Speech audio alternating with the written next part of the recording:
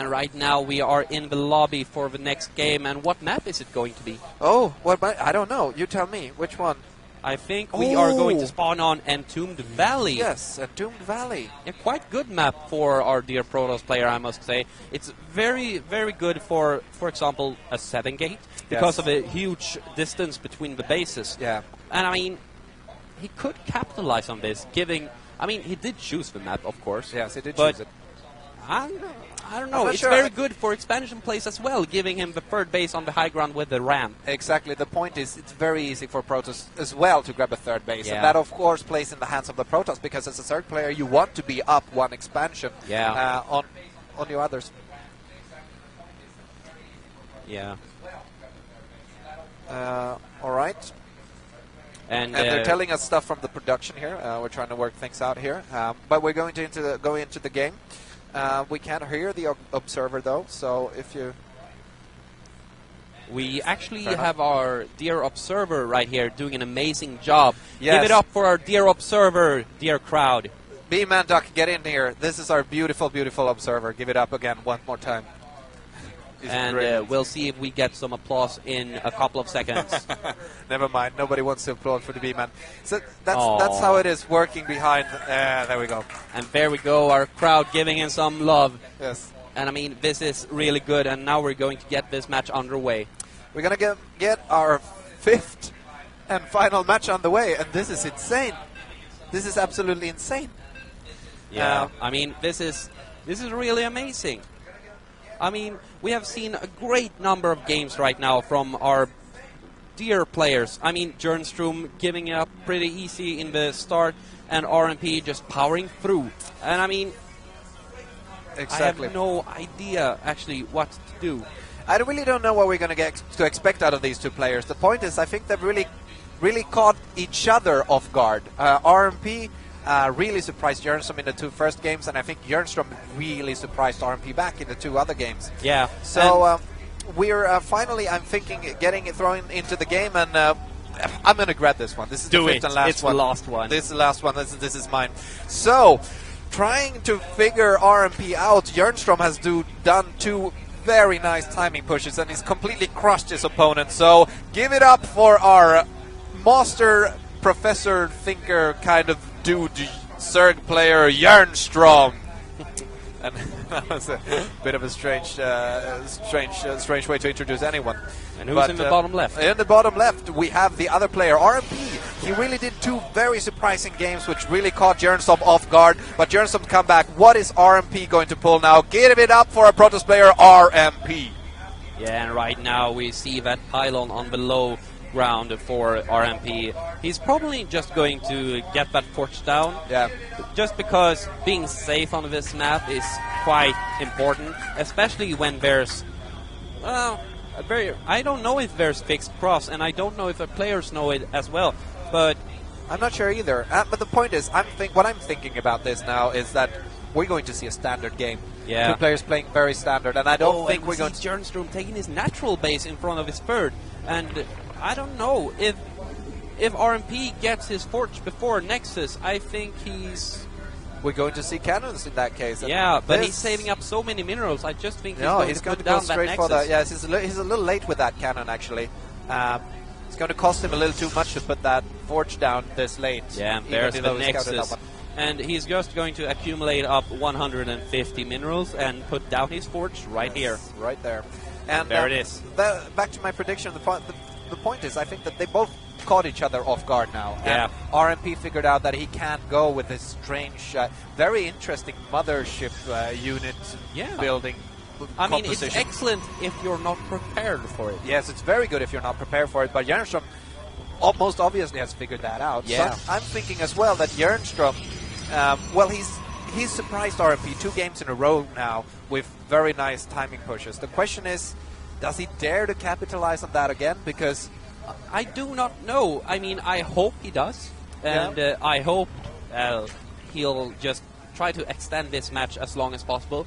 But I mean, he's excellent at just taking the advantage when he's given.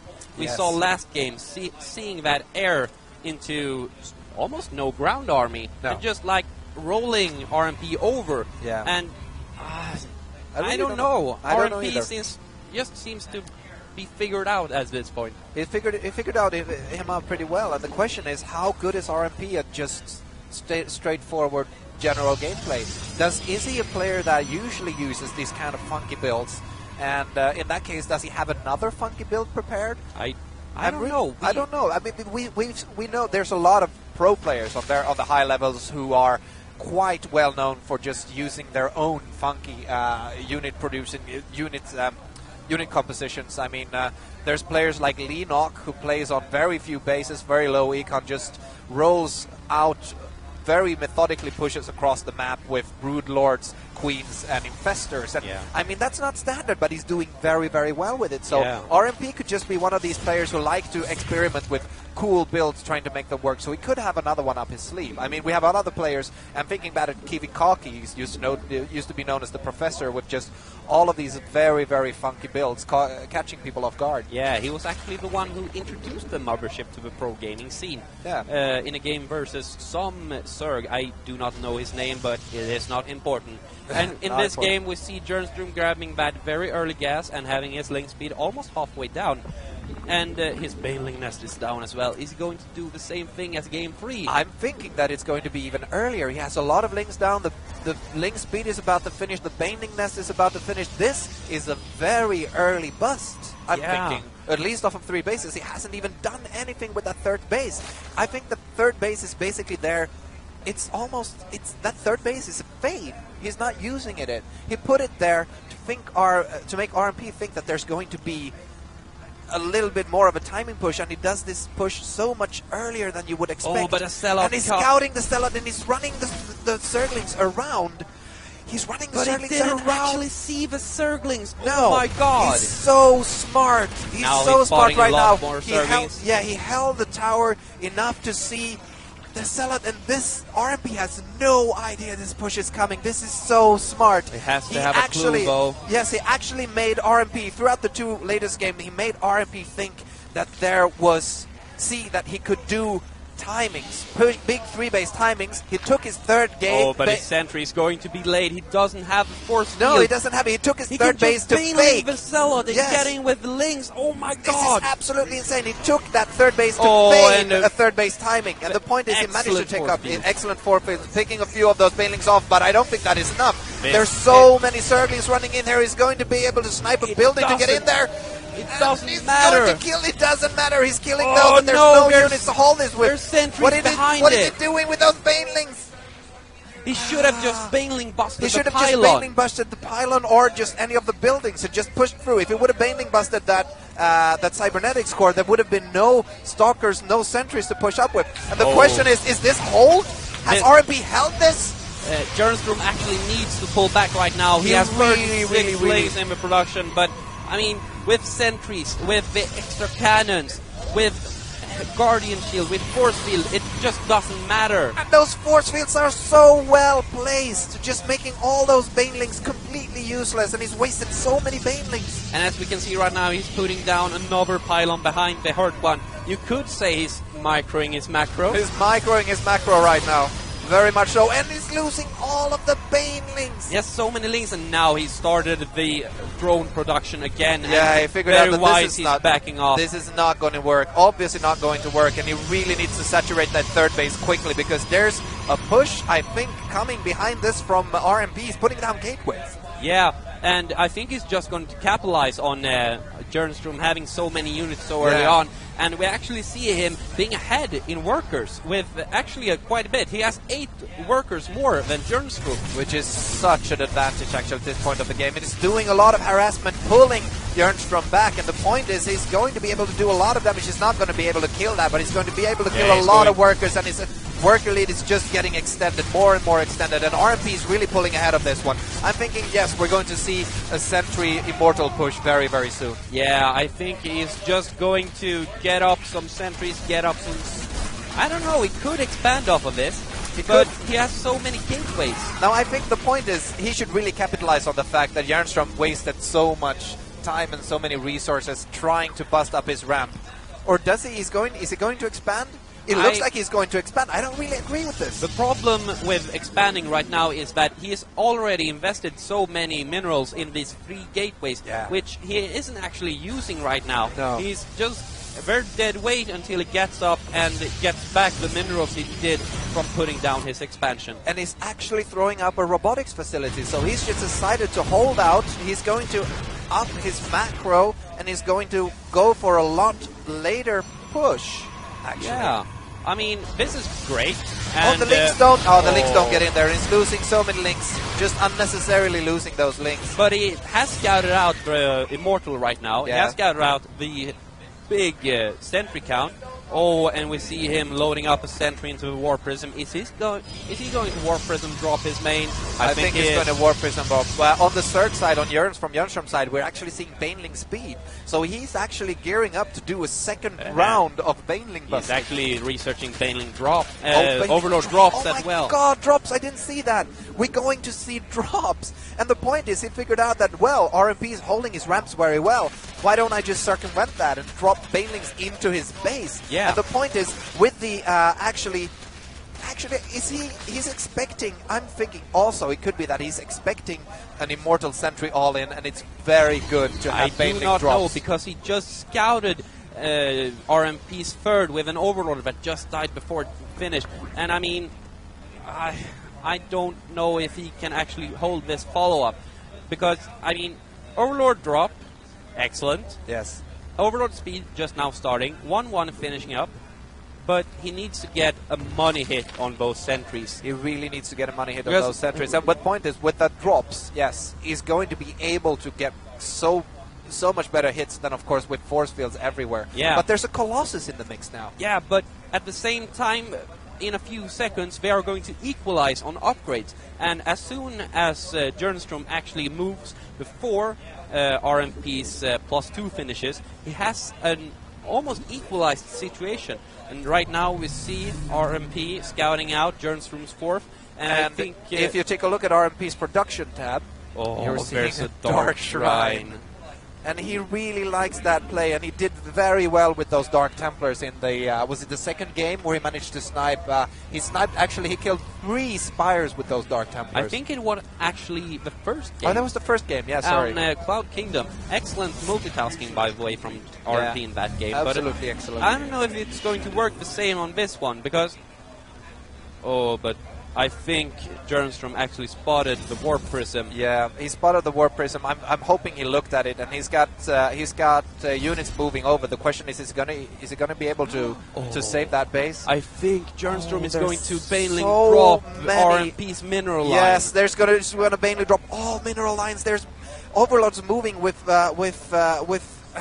Banelings in them from both sides. And he produced so many links and so many Banelings just a while ago. The question is, shouldn't he be pushing the main ramps with this at the same time? He should, because, I mean, testing out his opponent's multitasking skills gives him the opportunity to drop undisturbed at his mineral lines. And I don't know if this is going to work as well as it should.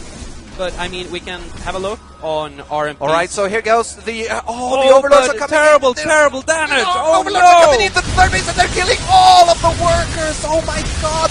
And at the same time, he's killing every worker, single worker. 33 workers killed with those drops! But right now, he could actually warp in DTs into Jernstrom's main, but he isn't doing it. It isn't doing that, and he's trying to killing a lot of workers with those DTs, so he's taking out the main base with DTs at the same time. Yeah, and how many workers are actually killed right now? I don't know how many workers. Give me the workers killed tab now. 33 to 25. This is insane carnage on both sides. Just units and workers dying everywhere.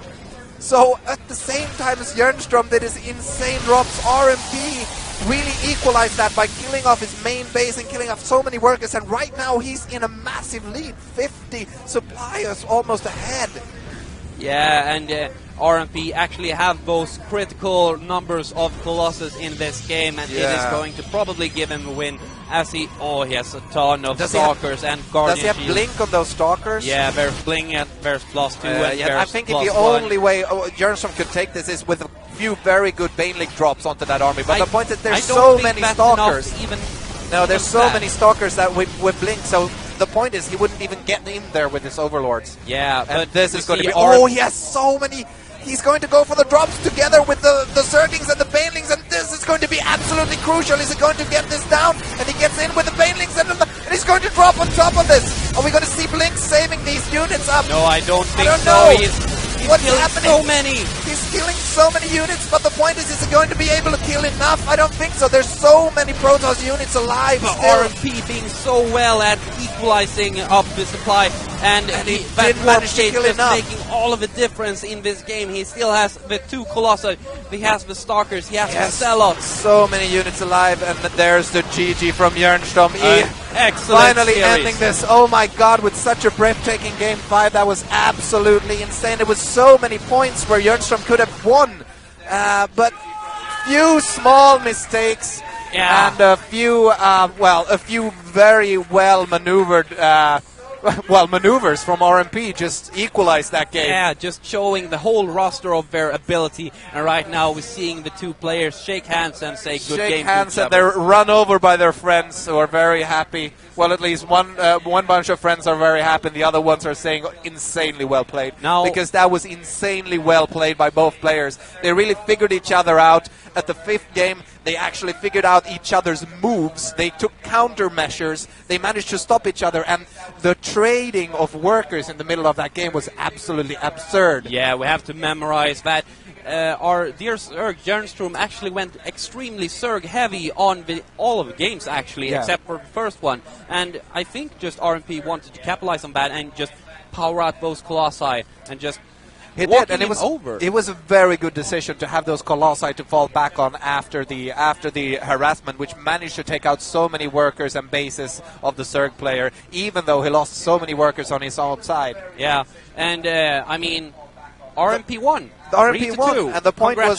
Congratulations. And the big point of that match, I'm just going to finish that off, is that, well, in the last fight, he managed to micro away from the Overlord drops. If he wouldn't have microed that well, blinked the Stalkers, he would have lost them all, and in that case, the Zerglings would have had an easy time swarming the Colossus, kill them. So it was still so very close that Jernstrom could have taken that match. Yeah, I mean, if RMP wouldn't have moved out as early as he did, he would probably just have no economy left. Exactly. He had lost so many probes, but at the same time, his DTRS was extremely efficient as well. Very efficient. So that was an insanely epic game. And we're going to need a short break, actually, after this. This was wonderful. And after this, we're going to pop back with seeing if there will be anyone challenging our Masters winner. So let's see if there's anyone here who can smash RMP. Yeah, I do think that we'll have a number of challengers. I think don't so as well. think that they'll prevail, though, because our Master players are excellent, very good. as proven in this best of 5. But we'll be back right after this. Yes, I'm going to just mention as well that, of course, our winner, RMP, is going to take home the brunch and, of course, the beta key to Heart of the Swarm. Yeah. He's going to take those home from Ollie's Barcrafts. Go and check that out at facebook.com/Ollie's Barcrafts to be able to win your own beta keys. There are going to be competitions there very soon. As well, we want to, once again, thank Komplett for giving us the possibility to actually do this whole event. It's been so much fun. Our and actually, being so essential in this. Exactly. And actually, for the next games, the challenges, I'm going to pop out of here, and you're going to have Lucky Duck back casting with you. So I'm going to say goodbye for the evening. It's been so much fun to cast these games. It's been absolutely amazing. And I'm going to pop back. You're going to see me at the next event. Yeah, you're being quite a regular caster on these events, and I mean, it's just excellent overall. That's wonderfully fun to get to cast these games. So we'll be popping back in a few minutes and see if we have any challenger up. See you in a while. Bye-bye.